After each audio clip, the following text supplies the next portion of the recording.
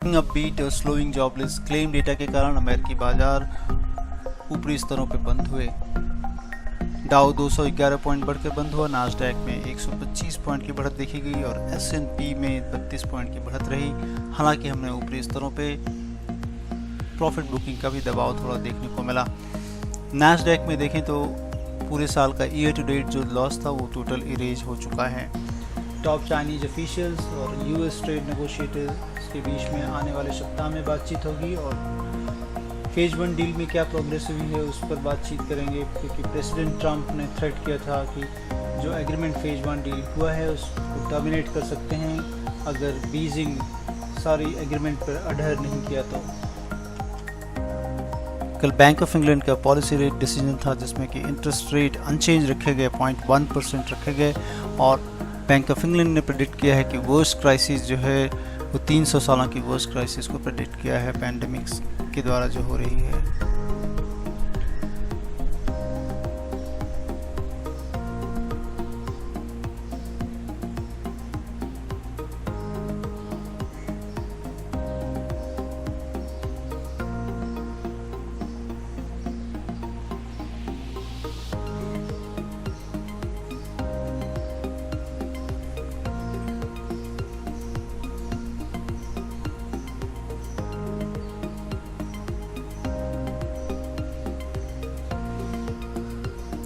Bank UK की GDP forecast 2020 में 14% के करीब और क्वार्टर 2 में 25% की गिरावट देख रहे हैं।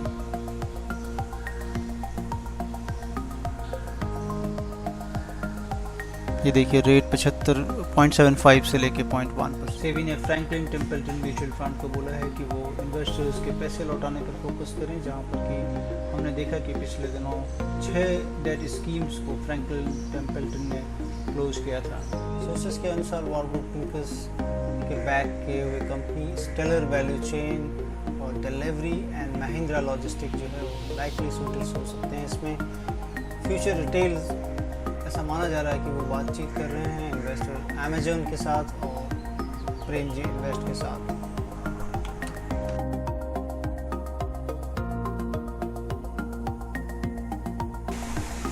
साइंट ने नतीजे पेश किए चौथी तिमाही के, जिसमें कि 45 करोड़ का प्रॉफिट पोस्ट किया, रेवेन्यू 1073 करोड़ और EBITDA 93 करोड़ का पेश किया। मार्जिन में काफ़ी श्रिंकेज हमने देखी है, 8.7% की मार्जिन पेश की। क्वार्टर 3 2020 के देखें तो वहाँ के हिसाब से काफ़ी गिरावट देखने को मिली है। प्रॉफिट 74% की गिरावट, रेवेन्यू में 3% के करीब गिरावट और EBITDA लेवल पे तकरीबन 39% के करीब की गिरावट साइंट के नतीजों में देखी गई है।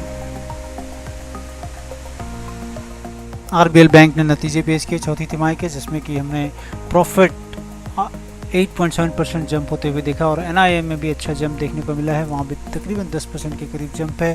प्रॉफिट 114 करोड़ के करीब पोस्ट किया है, जो कि CNBC का जो पोल था उसमें 105 करोड़ का अनुमान था और अनुमान से बेहतर नतीजे। नेट इंटरेस्ट इनकम जहाँ के अनुमान 930 करोड़ था वहाँ पर 1021 करोड़ का NII पोस्ट किया बैंक ने। Low cost deposit growth bank ने 17% ईयर ऑन ईयर देखी है, जो कि लोवेस्ट है ग्रोथ अगर देखा जाए ग्रोथ के पेस से 13 क्वार्टर के लोवेस्ट ग्रोथ पे चल रहा है। मॉरिटोरियम बुक जो है 1/3 ऑफ द एडवांसेस है, तो ये एक चिंता का विषय है कि जो मॉरिटोरियम है बुक्स पे जो कि एज पर RBI गाइडलाइंस है वो 1/3 ऑफ द एडवांसेस हो चुका है। निम देखें वहाँ पर नेट इंटरेस्ट मार्जिन 4.93% है, रिटर्न ऑन एसेट 0.52% और रिटर्न ऑन इक्विटी 4.3% है। तो ये स्लिपेज रेशियो 4.9% है, ऑन हायर साइड है। क्रेडिट कॉस्ट जो है 99 BPS है, जो कि क्वार्टर ऑन क्वार्टर जो था पिछले क्वार्टर में 109 BPS था। तो ये थे RBL के नतीजे। जिलेट इंडिया की चौथी तिमाही के नतीजों को देखें तो पिछले साल इसी तिमाही से काफ़ी नीचे आ रहे हैं प्रॉफिट के फिगर्स। 40% की गिरावट हमने देख रहे हैं, 52 करोड़ के करीब का प्रॉफिट है। लास्ट ईयर सेम क्वार्टर में 88 करोड़ के करीब का प्रॉफिट था। रेवेन्यू थोड़ा बढ़ के आया है। EBITDA देखें काफ़ी गिरावट, EBITDA में 45% की EBITDA में गिरावट है। मार्जिन काफ़ी श्रिंक हुई है, 19.8% है मार्जिन, जो कि पिछले साल 31.4% है।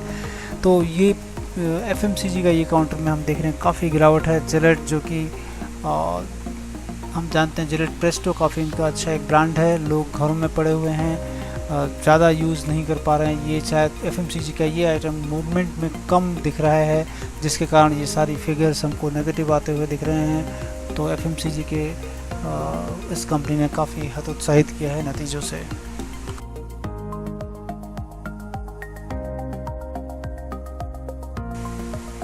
FII के डेरिवेटिव विंडो हम ये देख रहे हैं, और इस विंडो में FII के डेरिवेटिव में इंडेक्स पे क्या पोजीशन होती है, केवल इंडेक्स के डेरिवेटिव पोजीशंस को एनालाइज करेंगे। आज वीकली एक्सपायरी थी, वीकली एक्सपायरी के बाद कैसी पोजीशंस ओवरनाइट वो लेके जा रहे हैं। तो वहाँ पर देखें कि इंडेक्स में फ्यूचर पोजीशंस निल होते हुए 0 पोजीशन है आज के डेट में। 7 मई के एंड में जो डेटा था उसमें 0 पोजीशन इंडेक्स पे, मतलब neutral position. 0 S means neutral position है, लॉन्ग शॉर्ट दोनों बराबर हैं, एकदम इक्विवेलेंट पोजीशंस हैं। क्योंकि पिछले ओवरनाइट देखें तो 17.5 लाख की लॉन्ग पोजीशन थी। आज के ट्रेडिंग सेशन में चूँकि उनकी जो पोजीशन वीकली थी 10 लाख लॉन्ग पोजीशंस कटे हैं, 7.5 लाख शॉर्ट एडिशन हुए हैं, तो नेट 17 लाख पोजीशन कट गई हैं और न्यूट्रल पोजीशंस पे आके खड़ा हो गया है। अगर कैश मार्केट की देखें तो FII की 19,056 करोड़ की खरीदारी है आज के ट्रेडिंग सेशन में, जिसमें कि हिंदुस्तान यूनिलीवर का ब्लॉक चेंज हैंड हुआ था, उसके कारण ये नंबर्स दिख रहे हैं। और DIIs ने कैश मार्केट में 38,118 करोड़ की खरीदारी है। इसमें भी लग रहा है कि DII ने भी उसमें से कुछ पाई खरीदी है। तो फ्यूचर्स में न्यूट्रल पोजीशंस हैं। तो पुट ऑप्शंस की पोजीशन देखें, जहाँ पर कि 55 लाख के करीब पोजीशंस लॉन्ग पुट खड़ी है आज के ट्रेडिंग सेशन के बाद, और जो कि पिछले दिन 47 लाख पोजीशन थी। तो 47 में करीब 8 लाख के करीब पोजीशंस पुट में जुड़ती हुई। तो पुट में पोजीशन जुड़ी है, फ्यूचर्स में न्यूट्रल हैं। और कॉल देखें तो कॉल एज इट इज़ है, तो थोड़ी सी जो है टिल्ट बेयरिशनेस की तरफ वो है। आज लार्जली मार्केट अगर देखें तो एक रेंज बाउंड एक्टिविटी थी, क्योंकि 9,200, 9,100 और 9,300 ये कॉल और पुट काफ़ी एक्टिव थे। 9200 पे स्टैडल आज के ट्रेडिंग सेशन का बिका हुआ था, और 9100 के पुट बिके हुए थे, 9300 के कॉल। तो ऐसा एक्टिविटी एकदम रेंज बाउंड थी आज, और मार्केट भी बहुत ज़्यादा वोलेटाइल नहीं था, विदिन 100 पॉइंट्स वोलेटिलिटी थी। और एक स्मॉल कैंडल था, अगर चार्ट पे भी देखेंगे कल की कैंडल के विदिन एक कैंडल था।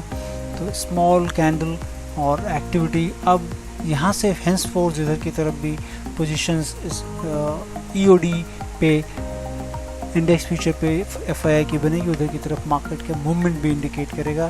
तो ये था आपको अपडेट FII की डेरिवेटिव।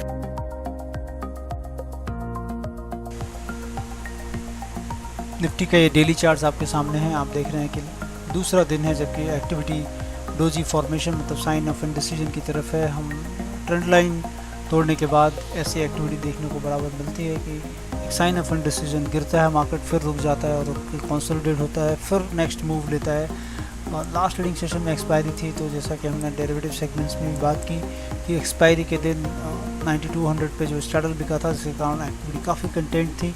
और 9100, 9300 यहाँ भी कॉल पुट काफ़ी एक्टिव थे, तो नीचे की तरफ का पुट और ऊपर की तरफ के कॉल बिके हुए थे, जिससे ये क्लियर इंडिकेशन था कि एक्सपायरी शायद म्यूटेड होगी। लेकिन अब चूँकि जैसा कि हम पिछले ट्रेडिंग सेशन में बात कर चुके हैं, जो भी लेवल थे अभी लेवल वही रहेंगे, प्रीवियस जो 2 दिन से लेवल बने हुए हैं कि नीचे जो सपोर्ट आ रहा है वो 9120 और 9040 ये बना हुआ है सपोर्ट। और ऊपर की तरफ देखें तो जहाँ पर रेजिस्टेंस आ रहे हैं बेसिकली 9320 टू 9350, ये एक जोन होगा जहाँ पर कि मार्केट को काफ़ी बड़ा रेजिस्टेंस फेस कर सकता है। तो ये इसमें एक्टिविटी काफ़ी कंटेंट है। 2 दिन के डोजी के बाद मार्केट किधर भी एक टर्न ले सकता है, वो देखना काफ़ी वाजिब होगा। आज चार्ट पे भी इंडिकेशंस हैं, अभी साइडवेज फॉर्मेशन है, वॉल्यूम भी कुछ नहीं खास है। अगर देखें वॉल्यूम की तरफ, वॉल्यूम कैंडल देखें तो वॉल्यूम भी प्रीवियस ट्रेडिंग सेशन से कम ही था आज वॉल्यूम, और कम वॉल्यूम के साथ गिरावट दर्ज की गई।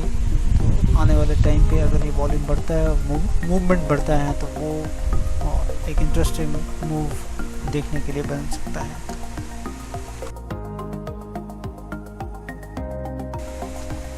बैंक निफ्टी का डेली चार्ट्स आपके सामने है। ये देखिए यहाँ पर कि एक असेंडिंग ट्रायंगल फॉर्मेशन, जैसा कि हम बराबर आपसे बात कर रहे हैं। ये देखिए ये जो एक ट्रायंगल का है और दूसरा और तीसरा ट्रायंगल, ये 3 ट्रायंगल इसमें बने हैं और ट्रायंगल असेंड कर रहा है, इसके बॉटम्स ऊपर की तरफ हैं और हम देख पा रहे हैं कि ये एक्टिविटी ट्रायंगल से नीचे की तरफ ब्रेक डाउन होते हुए दिखी और फिर से कंसोलिडेट हो रहे हैं। एक्सपायरी के दिन काफ़ी मतलब इम्पॉर्टेंट टेक्निकल टर्म्स पे देखें, साइन ऑफ इंडिसिजन जो आया है वो काफ़ी इम्पॉर्टेंट होगा, जिसमें कि आप देखें कि 400 पॉइंट के करीब का मूवमेंट था एक्सपायरी के दिन। हाई लो को देखें 400, 9,750 ऊपर 19,750 और नीचे 19,330 के करीब। तो ये नेक्स्ट ट्रेडिंग सेशन जो आ रहा है इसमें काफ़ी इंपॉर्टेंट ये होगा, ये दोनों लेवल काफ़ी इंपॉर्टेंट होंगे, क्योंकि अगर दोनों लेवल के ऊपर या नीचे चलता है तो एक मूव हमको इमीडिएट देखने को मिल सकता है। तो ध्यान रखने की बात होगी कि 19,330 के नीचे अगर चलता है तो, या 19,750 के ऊपर चलता है तो अब नेक्स्ट रेजिस्टेंस कहाँ पे आएगा, तो सबसे पहला नेचुरल रेजिस्टेंस होगा ये ट्रेंड लाइन के पास देखें 20,272 जो कि प्रीवियस ट्रेडिंग सेशन पे तकरीबन 20,050 के पास थी, अब वो बढ़ के ट्रेंड लाइन 20,270-75 के पास आ चुकी है। तो वो एक नेचुरल रेजिस्टेंस के रूप में काम करेगा। उसके ठीक पहले देखें तो 20,000 के आसपास का एक लेवल बनता है जहाँ पर कि रेजिस्टेंस हो सकता है। सपोर्ट कहाँ पे आएगा, अगर 19,330 तोड़ता है तो 19,000 के आसपास है सपोर्ट और नीचे फिर 18,700, जो कि ये सारे लेवल प्रीवियस 2 दिन से बने हुए हैं, क्योंकि एक्टिविटी अभी भी कंटेन्ड इन रेंज है। वॉल्यूम यहाँ पर देखें कि ये वॉल्यूम फिर से यहाँ पे लैक लस्टर, आज चूँकि एक्सपायरी थी बावजूद उसके भी वॉल्यूम कम थे इसमें।